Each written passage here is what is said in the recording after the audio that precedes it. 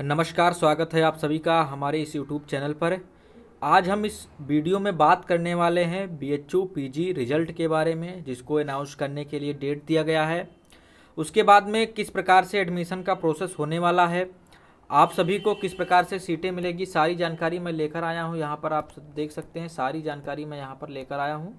किस प्रकार से पूरी नोटिस है, क्या है, सब कुछ मैं बात करूँगा। पूरी क्लियर चीज़ें, सारे डाउट्स यहाँ पर क्लियर हो जाएंगे। किस प्रकार कौन सी प्रक्रिया आपको करनी होगी एडमिशन प्राप्त करने के लिए। एडमिशन प्राप्त करने में अगर फर्स्ट मेरिट लिस्ट में आपका नेम नहीं आता है तो क्या आपको किस प्रकार से एडमिशन प्राप्त होगा, सारी जानकारी आपको इस वीडियो में मिल जाएगी। कोई भी डाउट आपको नहीं बचेगा। जो लोग इस चैनल पर नए जुड़ रहे हैं वो चैनल को सब्सक्राइब कर लें, बेल आइकन प्रेस कर लें, जिससे सभी यूनिवर्सिटीज़ के अपडेट्स मिलते रहें।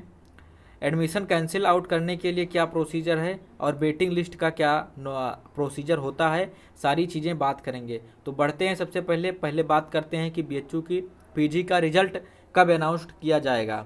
तो इसके लिए आप देखिए, बीएचयू पीजी रजिस्ट्रेशन जहां किए थे आप लोग, वहीं पर जब आप बीएचयू का पोर्टल लॉगिन करेंगे तो वहां पर आपके सामने कुछ इस तरीके का नोटिस बोर्ड पर दिखाई दे रहा होगा, वो चल रहा होगा इसे। वहाँ पर लिखा हुआ है कि पीजी का बीएचयू का जो रिजल्ट है, या फिर आप मेरिट लिस्ट कह लीजिए, वो आपका 11 अगस्त के बाद में कभी भी रिलीज किया जा सकता है।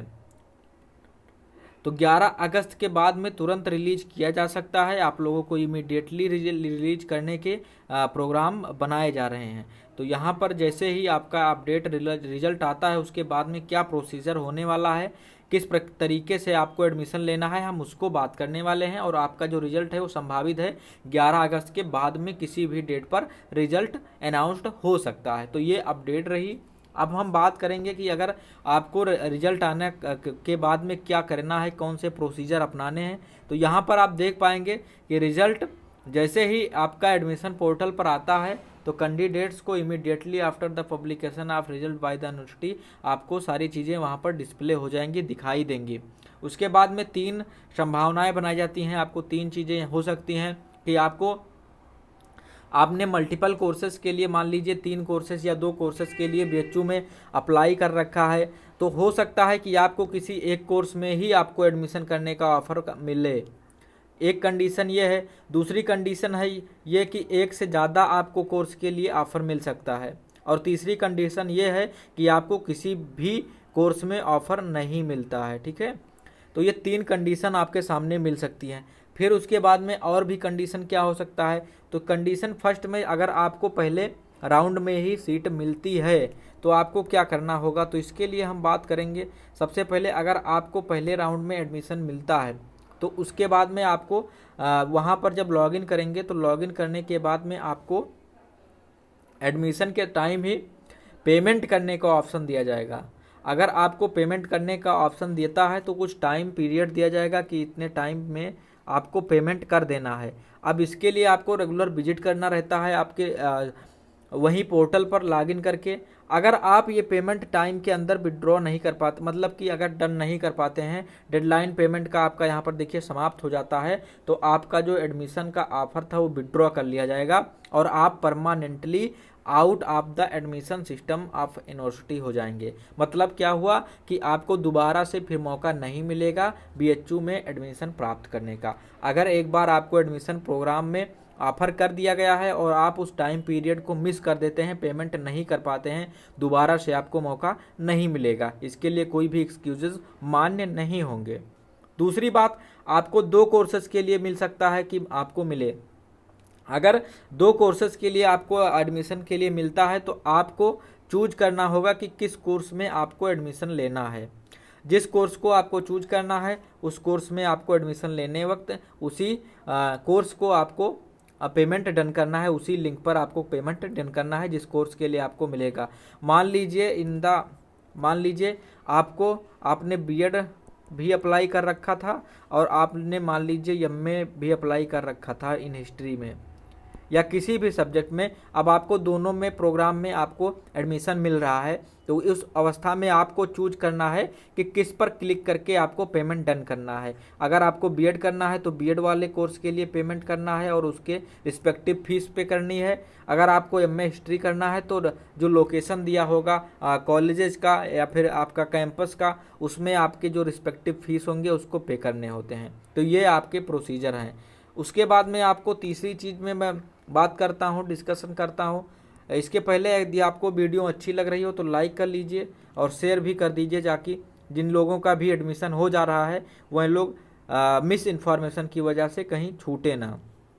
अगर आपको कोई भी कोर्स में एडमिशन नहीं मिलता है तो उस अवस्था में आपको क्या करना होगा, तो आपको वेट लिस्टेड कर दिया जाता है। अगर आप उनके मेरिट में आते भी हैं, थोड़ा सा भी अगर मतलब जब मान लीजिए 2-4 मार्क्स से आप का मिस हो रहा है तो आपको वेट लिस्टेड कर दिया जाता है। उसके बाद में जब वेट लिस्टेड हो जाएंगे तो आपको सेकंड मेरिट लिस्ट में जब सेकंड सीट अलॉटमेंट होगा तो उसमें आपको ऑफ़र किया जाएगा। हो सकता है उसी में आपको ऑफ़र मिल जाए। एडमिशन का ऑफ़र आने पर सेम उसी तरीके से अगर आपको रेगुलर सीट पर ऑफ़र मिलता है, अगर आपने रेगुलर कर रखा है तो, या फिर पेड कर रखा है तो पेड, दोनों में से प्रेफरेंस जिस प्रकार से आपने फिल किया होगा। अगर फर्स्ट प्रेफरेंस रेगुलर है, सेकंड पेड है, तो पहले रेगुलर वालों को फिर पेड वालों को एडमिशन मिलता है। अब अगर आपने जिस तरीके से किया है तो सेकंड मेरिट लिस्ट में जब आप वेट लिस्टेड थे और यहाँ पर आपको एडमिशन के लिए ऑफ़र मिलता है तो आपको फिर उसी टाइमलाइन के अंदर जितना टाइम आपको दिया गया है उसके अंदर अंदर आपको एडमिशन के लिए पेमेंट डन कर देना है। इतनी चीज़ें करने के बाद में आपका एडमिशन हो जाएगा। जिन लोगों के लिए मेरिट में नाम नहीं आएगा उनको पोर्टल पर लॉगिन करने पर एडमिशन प्रोसेस में आपका वहाँ पर एडमिशन का ऑफ़र नहीं मिलेगा, पेमेंट डन करने का ऑप्शन नहीं मिलेगा। तो ये चीज़ें हुई। उसके बाद में आपको करना क्या होता है, दो चीज़ें होती हैं। एक डीबी के लिए आपको बुलाया जाता है, डीबी मतलब डॉक्यूमेंट वेरिफिकेशन के लिए आपको बुलाया जाता है विभागों में। जैसे आप बीएड के स्टूडेंट हैं तो बैचलर ऑफ एजुकेशन हुए, मतलब कि एजुकेशन डिपार्टमेंट में बुलाया जाएगा। अब आपको जहाँ भी जिस भी कॉलेज में आपको मिला है एडमिशन, मान लीजिए आप एफएमसी में मिले हैं, कामाक्षा में आपको एडमिशन मिल गया, तो आपको डेट दे दी जाएगी कि इतने डेट के अंदर आपको इस डेट पर वहाँ पर रिपोर्ट करना है सारे डॉक्यूमेंट्स ले करके। अगर आप उस डेट को रिपोर्ट करने में असफल हो जाते हैं तो आपको कुछ रिस्पेक्टिव चीज़ें पोर्टल पर दिखाई देती हैं, जीमेल कर देते हैं वे लोग, उसके अकॉर्डिंग आपको नोटिस मिलती रहती है। इसमें परेशान होने की कोई बात नहीं होती है। अगर आपका एडमिशन हो गया है और आप अपना एडमिशन विड्रॉ करना चाहते हैं तो रिफ़ंड किस प्रकार से मिलेगा, इस चीज़ों को आप लोग जान लीजिए। जैसे ही आपको एडमिशन हो जाता है किसी भी कोर्स में, यूनिवर्सिटी में, तो आप विड्रॉ करने के लिए कैंसिल जा सकते हैं। कैंसिल पर वहाँ पर क्लिक करेंगे, विड्रॉ ऑप्शन पर, ये बटन वहाँ पर आपको पोर्टल पर ही बनी रहेगी, वहाँ पर क्लिक कर सकते हैं। क्लिक करने के बाद में आपको ओटीपी आएगा, 2 बार ओटीपी आपको डालना होगा। यहाँ पर देखिए, जब तक आप ओटीपी फिल नहीं करेंगे आपको कैंसिल नहीं होगा। अगर आपने एक बार कैंसिल आउट कर दिया, विड्रॉ कर दिया, तो कोई भी रिक्वेस्ट आपका मान्य नहीं होगा। विड्रॉ बटन पर क्लिक करने के बाद में विड्रॉ आपका कंफर्म हो जाएगा और उसके बाद में आपको किसी तरीके की कोई छूट नहीं दी जाएगी, दोबारा से एडमिशन आपको नहीं होगा। आपका रिफ़ंड केवल 15 दिन के लिए है। मतलब अगर आपका एडमिशन जिस डेट में होता है उस डेट से अगर आप 15 दिन के अंदर अंदर अपना एडमिशन विड्रॉ करते हैं तभी आपको पेमेंट रिफ़ंड किया जाएगा, अन्यथा आपके पेमेंट को रिफ़ंड नहीं किया जाएगा। तो ये सारी जानकारी रही। आपके रिज़ल्ट को लेकर के जानकारी थी कि आपको 11 अगस्त के बाद में किसी भी टाइम आपका रिज़ल्ट आ सकता है। रिज़ल्ट आने के तुरंत बाद में आपके सीट अलॉटमेंट की प्रोसेस स्टार्ट कर दी जाएगी। उसके बाद में सीट अलॉटमेंट में वेट लिस्टेड होंगे कैंडिडेट्स, डॉक्यूमेंट वेरिफिकेशन किस प्रकार से होगा और एडमिशन किस प्रकार से आप विड्रॉ कर सकते हैं। हॉस्टल की भी मैं बात कर लेता हूं। जब आपका एडमिशन हो जाएगा और आपका डॉक्यूमेंट वेरिफिकेशन होने लगेगा या डॉक्यूमेंट वेरिफिकेशन के लिए आपकी नोटिस आ जाएगी, उसके बाद में हॉस्टल के लिए भी मेरिट लिस्ट के लिए अप्लाई कराएंगे। आपको मेरिट लिस्ट पे वहाँ पर अप्लाई कराएंगे, सेम प्रोसीजर होगा। इसकी अलग से मेरिट लिस्ट बनेगी। मेरिट लिस्ट में यदि आपका नेम आता है तो वहाँ पर आपको पेमेंट करना होगा है, जिस पर तरीके से आपने इसको पेमेंट डन किया था। अब पेमेंट यहाँ पर कर देने के बाद में आपको हॉस्टल अलॉट हो जाता है। उसके बाद में सारी नोटिस आपको पोर्टल पर मिलती रहती है। जैसे ही कॉलेज में एडमिशन हो जाता है, आप लोगों का ग्रुप बन जाता है, वहाँ से आपको सारी जानकारी मिलती रहती है। तो यहाँ से आप कॉलेज के मेंबर हो जाते हैं।